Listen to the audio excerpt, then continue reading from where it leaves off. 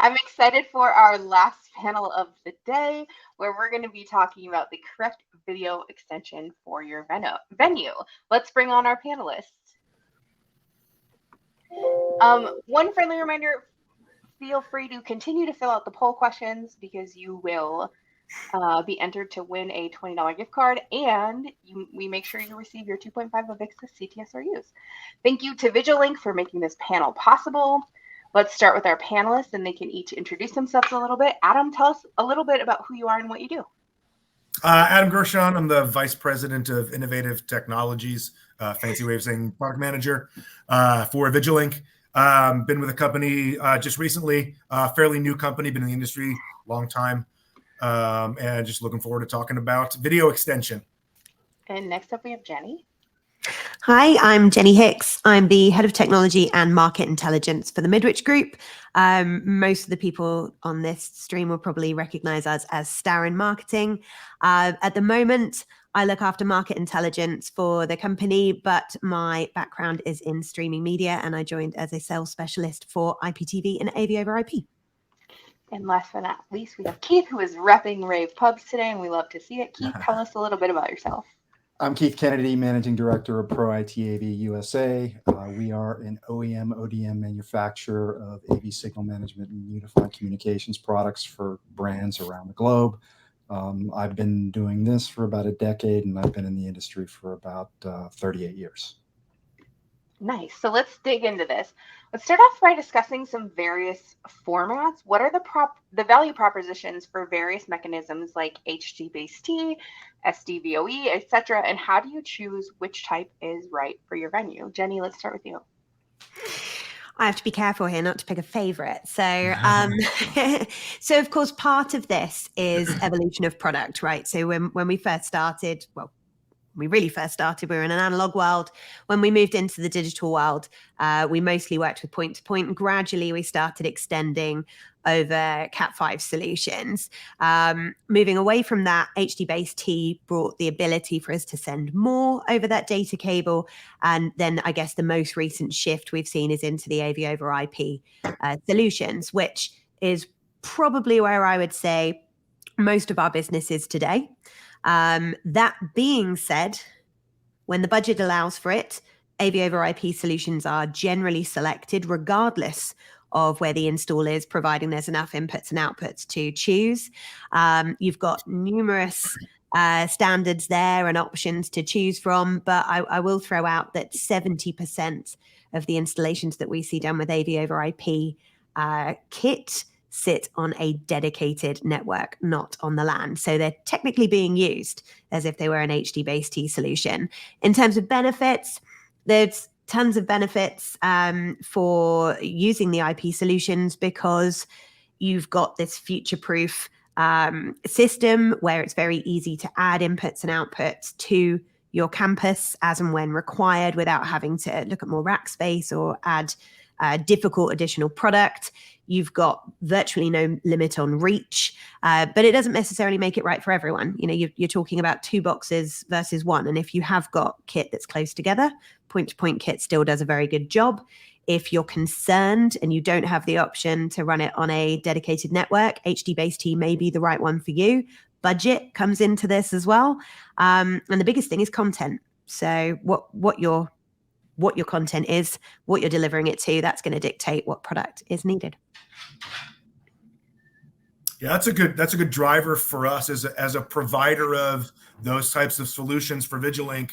We're focused on, you know, kind of being agnostic to the technology. All the good points that Jenny brought up, for us to provide those solutions, we're going to deliver for our partners varieties of those different things. So AV over IP, SDVoE, different varieties of AV over IP, 1 gig networks, 10 gig networks. I know we'll get into that and the differences that those bring to the table.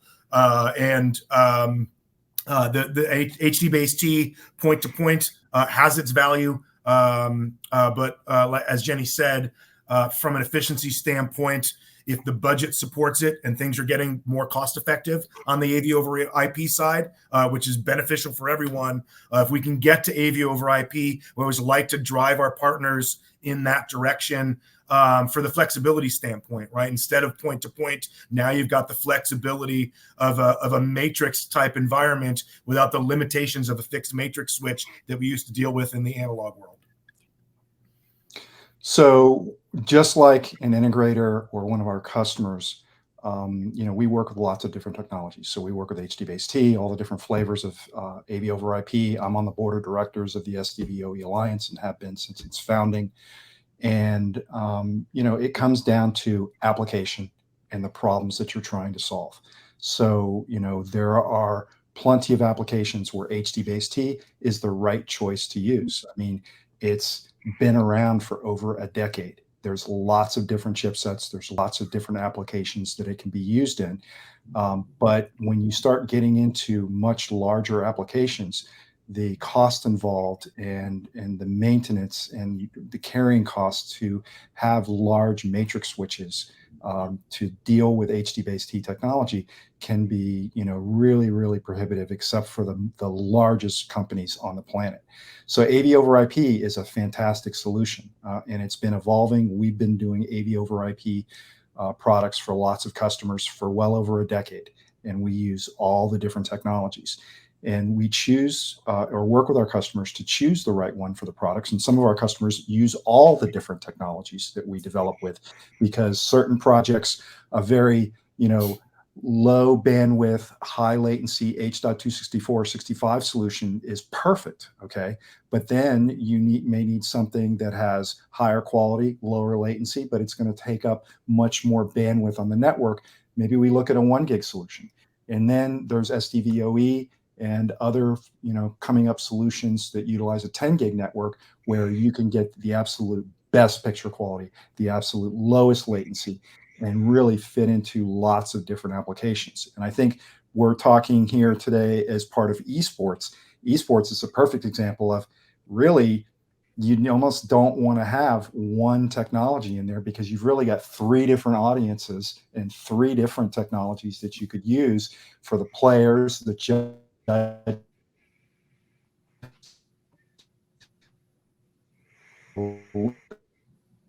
There's lots of opportunity to use multiple technologies, and we even make products that can have more than one codec in the box.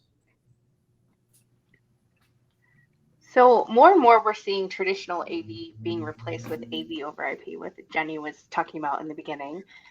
Can you guys discuss the platform's security and bandwidth requirements, and what are some of the other key performance attributes integrators and end users should consider? Me first? Sure.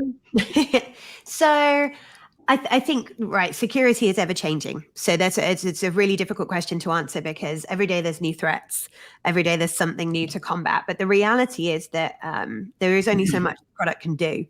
And we would really just urge everyone to, design their network and incorporate the white papers that come with the products that you're going to use alongside that, to make sure that you fully understand what you're about to use if it is going to sit on your local network. In terms of bandwidth, again, that it's a really difficult one, because actually bandwidth can be misunderstood by many IT teams. Instantly, the minute that they hear that you want to put video on the network, they assume this is going to be a problem, that it's going to be high bandwidth, it's going to take up too much pipe, and it's going to have a knock-on effect detrimentally to the rest of the campus and what it does. That's really not true, especially in the case of multicast solutions. So, and it doesn't have to be. And also, the worst case scenario of the number of streams and the number of viewers at any one time is never the truth of a situation. That said, there's absolutely something to be said for HDBaseT and point-to-point solutions in terms of them just working and no one having the ability to alter their settings from outside of the AV team. And I think that's where a lot of this comes from, is that these security concerns are actually not necessarily cybersecurity risks, but more how secure is your AV equipment from the IT personnel making changes away from AV to other parts of the network. That is where they become concerned. Bandwidth for me, it's probably going to become more of an issue. We're putting a lot more streaming solutions into our home. I don't know what your sort of equivalent is in the States, but in the UK, Sky TV, who are sort of the biggest satellite provider here, are switching over to an entirely streamed service. So everything will be pulled down from the cloud, everything will be live streamed, and you need no dish, no aerial at all in your house. So if that's happening already in the consumer space, it's highly likely almost all of the content that we can expect to see on corporate and educational and esports campuses is going to be coming to us in the same way. That will naturally have a knock-on effect on the bandwidth that we need. But that's the same for everything else. We're doing more video calls, and everything that we're using in the IT space is becoming more bandwidth heavy. And more now we're becoming aware of compression and latency and so on. So for me personally, we are all moving towards a 10 gig world and maybe more further down the line. It's just at what stage your budget allows that to happen. But I think that there are ways around it, and that latency isn't the be all and end all for all customers. If your source is in one room and your display is in another, no one knows that there's a 1.5 second delay. So whatever it comes down to selecting the right product for the application. Yeah, Jenny brought that point up earlier when we were talking about just the application of the technologies themselves, right? It's all about content and use case. How are you going to use the system? How important is security to you? How important is bandwidth to you, right? Do you want to, is separate networks important, right? All those things can be facilitated, right? Again, we go to breadth of product and flexibility. The provision of, I think everybody on this call is really about providing that breadth of product for their general customer base to be able to address a wider use case and address these security concerns, right? To Jenny's point about HDBaseT, right? Point to point, it just works, right? The ability to intercept that signal is really, really, really low. So if it's that important to you, right, you want to protect that signal, there's ways to do that with existing technologies and differences in how those securities, fiber as an example, right? There are security advantages to using fiber versus using copper, and things like that. So again, flexibility and breadth of product and variability of application is driving the business and the channel for us. And you can see it in the way we're all kind of describing the technologies exist and how we're leveraging them to drive success for our each of our individual customer bases. So, I'll go back to, again, the application and the problem that you're trying to solve, because that's what it comes down to. So, bandwidth is really dependent upon who's driving the project and whether or not it's a brownfield or a greenfield, installation. In the residential world, because we build products that go into residential brands as well as, commercial brands. And the residential brands, they could care less about security. And the network, it depends on what wire the installer is pulling or what is already in place. So that will drive that. But as you start getting into more commercial installations, and in commercial, you have so many different sub-markets and sub-segments. If you're looking at military, as Adam said, fiber, they want everything fiber. Okay, because you can sniff things in copper no matter how much encryption you have it. So they want things in fiber. There's different levels of network security that you can build into products depending upon the application. If it's going into a bank or some kind of financial institution, if the IT department is driving it, they want to know that they can manage these devices just like they manage any other IT device that's on the network. Bandwidth, I don't know, it's really becoming less of an issue because there's lots of ways to get around that. 10 gig networks, 25 gig networks, 40, all the uplink ports and everything. You can get around that, and you can get around it with designing it. Even it's really more cost and budget, right? Than bandwidth. Exactly. Right? And you've also got VLANs that you can set up to segment, the video stuff from the voice, from the data. So there's lots of different things. And in the commercial world, we're finding that the IT departments are taking more of a point position on these projects. And, to be honest, they have much more knowledge and a lot more tools at their disposal to take the things that our customers are trying to deploy and properly integrate them into the enterprise or whatever facility it's going into. So I know we previewed this a little earlier that we were going to talk about this, but the 10G versus 1G debate continues to rage on within ProAV. What are some of the benefits and pitfalls of each? And Adam, let's start with you this time. Keith sorry, is Keith, raising I didn't. so, Keith No, was that's so okay. Go ahead, Adam. Go ahead. I'll jump.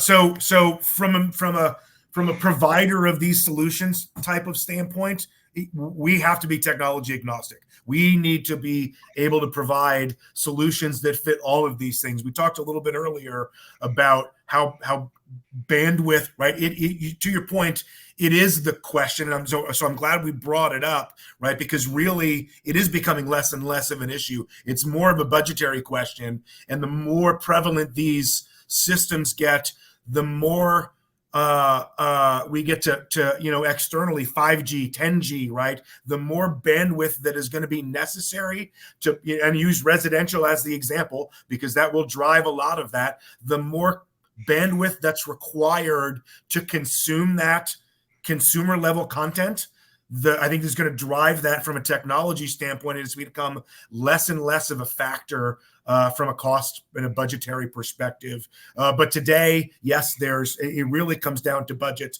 and I'll let Keith dive in a little further. So look, budget is definitely important, but we're in a data-driven world, and there's more and more data out there every day. People are consuming more and more. There's more and more video, and the data consumption on networks is just going to continue to grow. And if you talk to a lot of corporate IT administrators, they're already putting in 10 gig networks. Okay. In fact, some of them are planning for networks that are going to be even higher than that.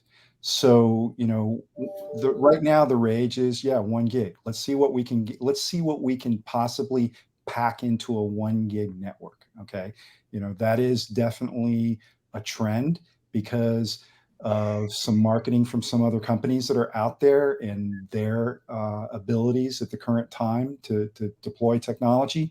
But 10 gig is really the future, and it's going to grow from there. Because think about it, if we look at like an SDVoE solution today, it puts out 4K video with either no compression or extremely minute compression, where you can't even tell the difference between it and an uncompressed signal. I've done the comparisons. In fact, Adam and I, in his previous role, we've done it together and have seen this. So as we start moving into different flavors of HDMI 2.1, whether it's high refresh rate, deeper color, 8K, and things like that, we're going to need even more than 10 gigabits. And so, I don't think that that's really a big concern. Can I still? Sorry, is Jenny frozen for everybody else or just me? She's frozen for us too. She's frozen, but we have her audio, so go ahead, Jenny. You still got my audio. That's what I Yes. was sure about. Perfect. I'm not sure what's happened to my video. Apparently, I need more bandwidth. So At least there's a nice space frozen. I look half asleep. I don't have a great deal to add other than it's like many things in life, right? Okay, so there's always a reason to, I don't need that one. I don't need the next step up. But in reality, if you can afford it and the budget is there, you err on the side of future proofing and take the higher network, take the best possible available. And I think that's what we're seeing in terms of customer trends now. Absolutely. If the budget is there, and especially if it's a new build, 10 gig is going in, and talks of higher as well. So if the budget is there, absolutely go for it. Quite frankly, though, with the general needs of any campus, you can make 1 gig networks work. So don't panic if it's not within your budget. I love the don't panic, because we so often do that in AV.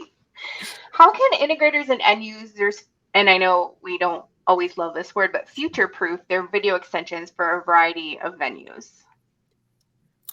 We talked about fiber a lot earlier, and I think there's an opportunity for fiber to be that conduit in the residential space. Certainly, there's been discussion about fiber as a driving factor from a future-proof perspective. It never really came to fruition, and I think a lot of the reason that it didn't come to fruition was more because of perceived complexity in integration and implementation. And I think a lot of that's going away. I suspect that you'll see a lot of that in the commercial space as well, right? When we talk about bandwidth, right, we're talking about the challenges that increased bandwidth presents. That's not just, from a network infrastructure perspective, switches, routers, things like that. At some point, you're going to get to that limitation from a cable perspective as well, and you're going to need to go to something like fiber to be able to consume more bandwidth, to be able to accept more bandwidth, and pass that along. So I think that's an opportunity moving forward from a again, we don't like to future-proof, but from a preparation standpoint anyway, to be able to be prepared for greater bandwidth as technology progresses.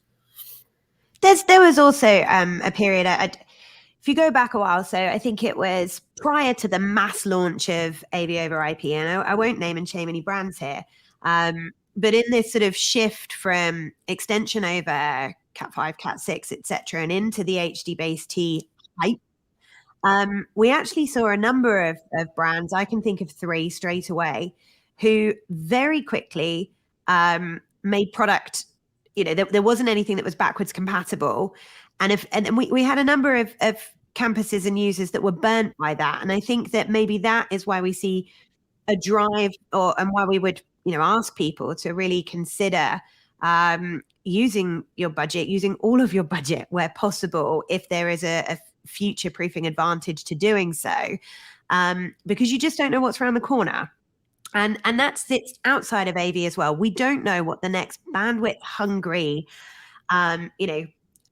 pandemic related messaging system might be. We have no idea what new tech is going to come forward that will use pipe, that that is essential, that could then have a knock-on effect to what else we can use. So yeah, I think that we've learned some lessons in the past.